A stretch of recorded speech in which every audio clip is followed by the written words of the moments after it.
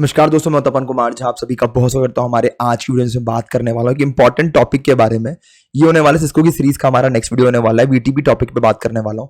इससे पहले वाली वीडियो के अंदर मैंने ऑलरेडी वीलैन कवर कर रखा है। अगर आपने नहीं देखा तो प्लीज आप इस वीडियो से पहले वीलैन को जरूर देखिए, क्योंकि वीलैन के आगे जो आता है ना वो आता है वीटीपी, जिसे बोलते हैं वीलैन ट्रंकिंग प्रोटोकॉल। अब ये होता क्या है, कैसे ये वर्क करता है, पहले हम थोड़ा सा इसके बेसिक्स के बारे में जानते हैं, देन फिर हम डायरेक्टली जंप करेंगे प्रैक्टिकल कमांड्स के ऊपर ही, कैसे उनको रन करना चाहिए। ठीक है, तो बता दूं मैं आपको कि ना बिना टाइम वेस्ट करे स्टार्ट करते हैं हमारी वीडियो को। और अगर अच्छी लग रही वीडियो हमारी सीरीज जो, प्लीज लाइक करना मत भूलना हमारे वीडियो को, और कमेंट करके बताना कैसी लग रही सीरीज। साथ में 1-to-1 जिसको कोर्स करना गाइस, ऊपर मैंने फॉर्म दे रखा है, जाके आप भर सकते हैं हमारे साथ में 1-to-1 कोर्स करने के लिए। ठीक है, तो बता दूं मैं आपको, अब है ना वीलैन जो है ना बेसिकली वो क्या होता है, जैसे आपका एक स्विच हो गया ये, ठीक है, ये स्विच हो गया और ये स्विच हो गया।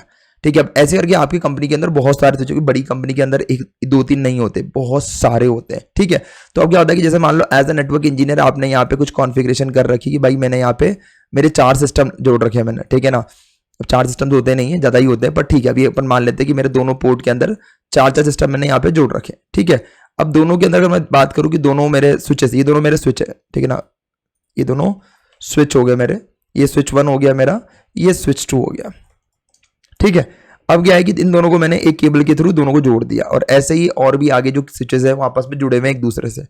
अब मैंने यहाँ पे क्या बोला कि भाई मेरे को यहाँ पे ना कंप्यूटर जोड़ना है, तो मैंने यहाँ पे अगर एक कंप्यूटर जोड़ा, ये 2 कंप्यूटर और एक ये कंप्यूटर। ठीक है, अब आपने बोला कि ये कंप्यूटर, एक सेकेंड, 2 में बनाता हूँ रेड में, ये जो कंप्यूटर है और ये जो कंप्यूटर, ये दोनों के दोनों सेम नेटवर्क में है और सेम कम्युनिकेशन करना चाह रहे हैं।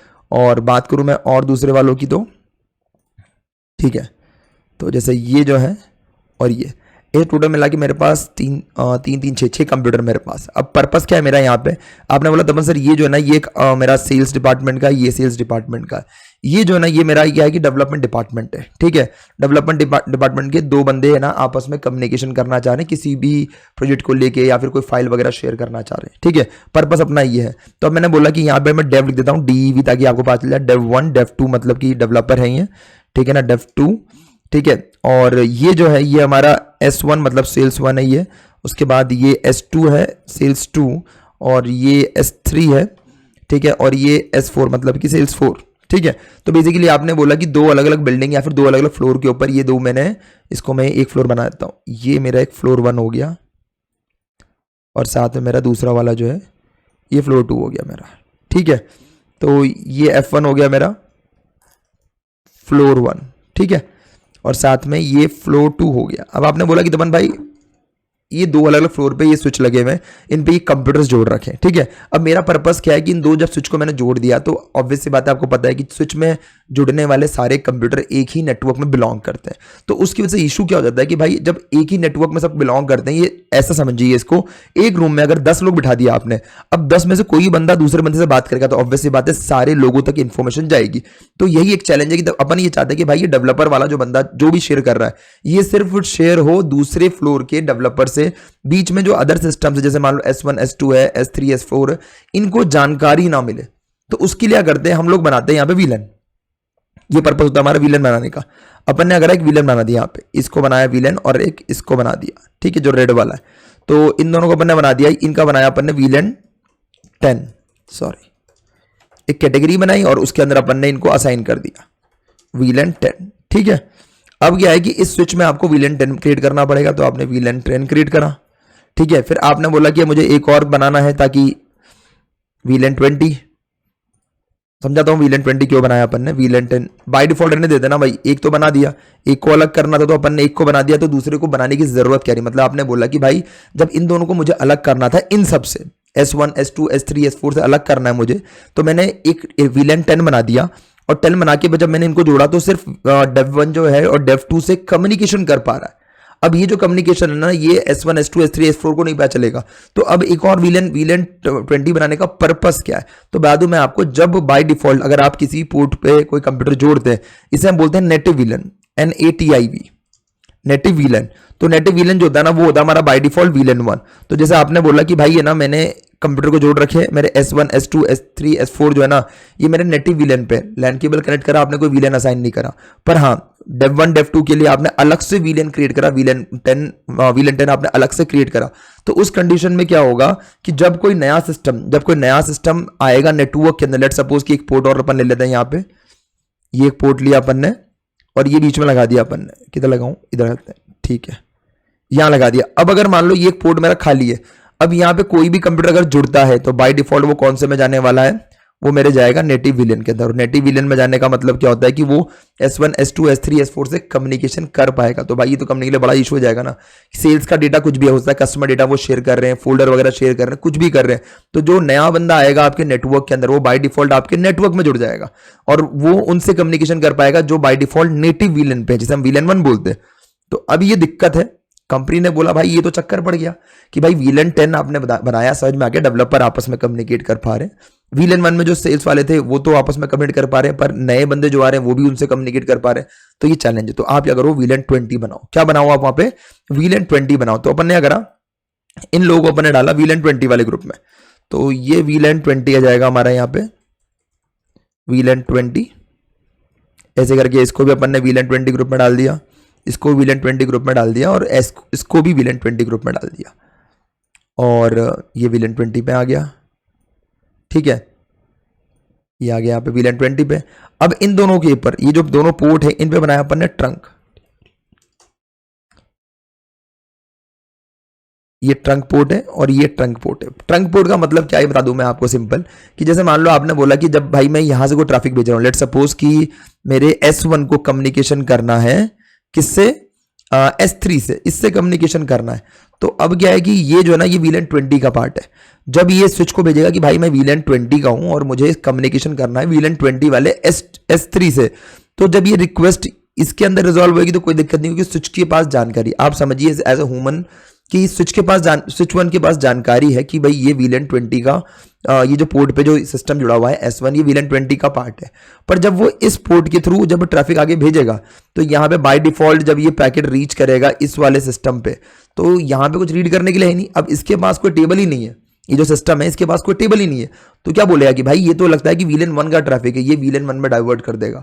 तो इस चक्कर में हमें क्या बनाना पड़ता है, ट्रंक। ट्रंक बेसिकली काम क्या करता है, ट्रंक का काम होता है टैग्स को रीड करना, सिंपल है, टैगिंग पोर्ट भी बोलते हैं बहुत सारी कंपनीज के अंदर इसको। तो ट्रंक का काम क्या है, टैग को रीड करना और आगे ट्रांसफर कर देना।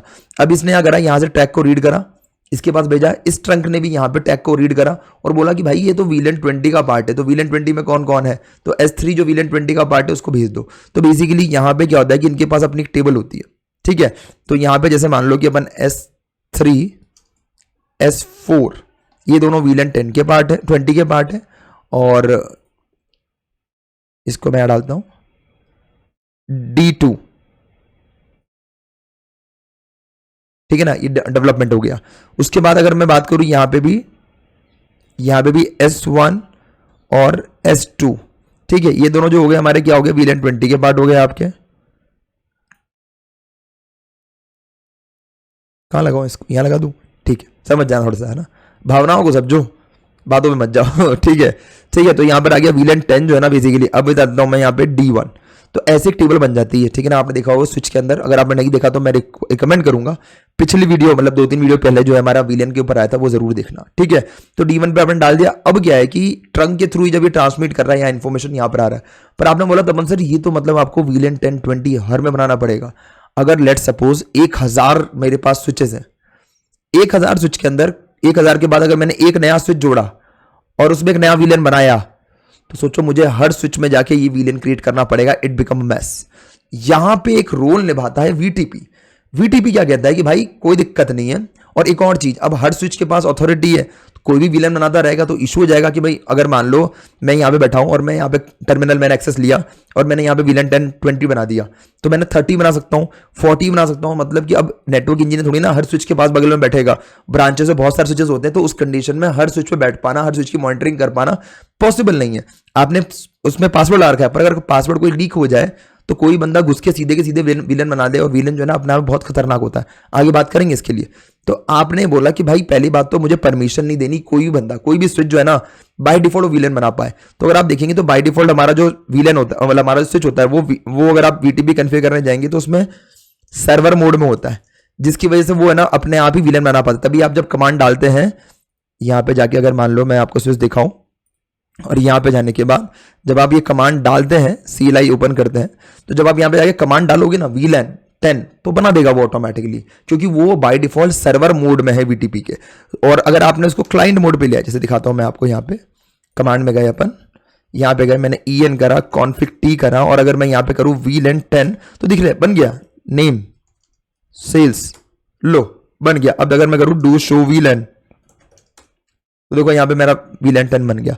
तो मतलब कि कोई भी स्विच का एक्सेस ले वो VLAN बना सकता है। तो ये बहुत बड़ा इशू हो गया। इस चक्कर में हम क्या लेकर आए, VTP लेकर आए। VTP कंट्रोल देता है हमें कि पहली बात तो अब जो ये बार बार मुझे हर पोर्ट पे जाए, जैसे ये मैंने यहाँ 10 बना रखा है, अगर मैं अब इसको यहाँ पे जोड़ूं, एक और मेरा स्विच मैं लेकर आया, नया कोई लेकर आया, दोनों को आपस में जोड़ूं मैं, ठीक है, थोड़ी देर में कनेक्टिविटी चालू हो जाएगी। अब अगर मैं इसका ये देखो, अच्छा ये चालू हो रहा है, ठीक है। तो अगर मैं इसको चालू कर रहा हूं, तो अगर मैं इसका VLAN का डेटाबेस चेक करूं, मैं यहां पे आके en करूं, config t करूं मैं, और अगर मैं do show VLAN करूं, मैं do show VLAN, तो देखो यहां पे तो 10 नहीं मिला मुझे, तो मतलब कि मुझे यहां पे फिर बनाना पड़ेगा। तो अभी यहां जाके बनाते हैं अपन VLAN 10 name sales do show VLAN। अब अगर मैं टाइप करूं VLAN 10 मैंने करा, उसके बाद मैंने नेम डाला सेल्स, अब चेक करूं तो अब मिल रहा है मुझे। तो ऐसे अगर 1000 है तो मुझे 1000 पे करना पड़ेगा। भाई ये बहुत बड़ा टास्क हो गया, मतलब ये कोई छोटी मोटी बात नहीं। बड़ी ऑर्गेनाइजेशन के अंदर इतने बड़े, कई बार तो आपको पता नहीं होता कितने स्विचेस आप यूज कर रहे हो, इन्वेंटरी मेंटेन करते हैं ऑल दो, पर तब भी पता नहीं होता। तो उस कंडीशन के अंदर हमारा VTP जो है ना काम आता है। इसे हम बोलते हैं VLAN ट्रंकिंग प्रोटोकॉल। इसका काम क्या होता है, 2-3 जो इंपॉर्टेंट काम होते हैं वो क्या करता है कि पहली बात तो ये ऑटोमेटिक जो होगा ना, आपने एक पे बनाया, दूसरे पे अपने आप रेप्लिकेट कर देगा, तीसरे पे अपने आप कर देगा, फोर्थ पे अपने आप कर देगा। उसके बाद एक और चीज ये सबसे इंपॉर्टेंट जो प्रोवाइड करता है, वो क्या करता है कि ना आपको हर स्विच के ऊपर कंट्रोल प्रोवाइड करता है कि हर स्विच पे ऊपर कोई भी अपने आप VLAN ना बना सके, अगर वो क्लाइंट मोड पर अगर अपन डाल देते हैं तो। और इसमें एक और सबसे बढ़िया बात क्या है कि इसमें डोमेन बनते हैं, अलग अलग डोमेन बनते हैं, जिसकी वजह से अगर आप कोई VTP मतलब VLAN की डेफिनेशन और VLAन के डेटाबेस को अपडेट करना चाह रहे हैं, तो जिनके पास वो डोमेन होगा वही इसको अपडेट कर सकते हैं अपने सिस्टम पे। मतलब कि अगर मान लो मेरे पास 100 स्विच है, स्विच 100 में से मैंने अगर 90 के ऊपर ही डोमेन डाल रखा है, तो उन डोमेन्स जिन पे डोमेन कॉन्फ़िगर है वही स्विच इस डेटाबेस को अपडेट कर पाएंगे। और एक और सबसे खास बात कि सिर्फ डोमेन डालना ही इंपॉर्टेंट नहीं है, उसके लिए उन स्विच के ऊपर इसका पासवर्ड भी कॉन्फ़िगर होना चाहिए। तभी जाके पहले क्या करेगा, डोमेन चेक करेगा, पासवर्ड वेरीफाई करेगा कि पासवर्ड जो आपके मेन में डाला हुआ है वही यहां डाला हुआ है नहीं। अगर सेम पासवर्ड होगा तभी जाके वो अपडेट करेगा, अदरवाइज कोई भी अननोन पर्सन अपना स्विच लेकर आ जाए, कनेक्ट कर दे और फिर डोमेन चेंज कर ले और फिर ट्राई कर कनेक्ट करने के लिए नहीं अपडेट कर पाएगा वो। तो ये सारे ऑप्शन जो है ना VTP हमें प्रोवाइड करता है, जिसकी वजह से कंपनीज जो है ना VTP यूज करती है। पर इसका एक बहुत बड़ा ड्रॉबैक भी है, जिसकी वजह से कंपनीज इसको कभी भी यूज करने से पहले 500 बार सोचती है। सिर्फ एक गलत स्टेप की वजह से पूरा नेटवर्क, मतलब अगर आपके 1 लाख स्विच भी हैं तो पूरे के पूरे नेटवर्क को 1 सेकंड में एक गलती की वजह से डाउन करा जा सकता है VTP के द्वारा। हैकर्स इसका बहुत यूज करते हैं। क्या है वो गलती, नेक्स्ट वीडियो में जानेंगे, इसका करेंगे प्रैक्टिकल कैसे होता है। आई होप आपको जो कॉन्सेप्ट है VTP क्या होता है, कैसे थोड़ा बहुत इसके फंडामेंटल्स क्या होते हैं, क्यों जरूरत पड़ी हमें VTP की, VLAN चल रहा था तो क्यों जबरदस्ती लेकर आए, ये आपको समझ में आ गया। नेक्स्ट वीडियो रहेगी प्रैक्टिकल वीडियो, जिसके अंदर बताऊंगा मैं VTP कैसे कन्फिगर करें 2 स्विच के बीच में, और फिर आप उसको मल्टीप्लाई कर सकते हैं 2, 10, 50, 100, 200, 500, 1000, 10,000, 15, 20,000। ठीक है, तो आई होप आपको वीडियो अच्छी लगी है तो प्लीज लाइक करना मत भूलें, कमेंट करके बताएं कैसी लगी video, plus second next video जो आएगी वॉच करना ना भूलें। अदरवाइज VTP का वो एक मिस्टेक आप भूल जाओगे देखना जो आपके नेटवर्क को बूम कर सकती है विद इन अ सेकंड। मिलते हैं फिर नेक्स्ट वीडियो में, इस वीडियो में इतना ही। Thank you, have a nice day, bye bye, good night, मिलते हैं फिर नेक्स्ट वीडियो में। जय हिंद, जय भारत।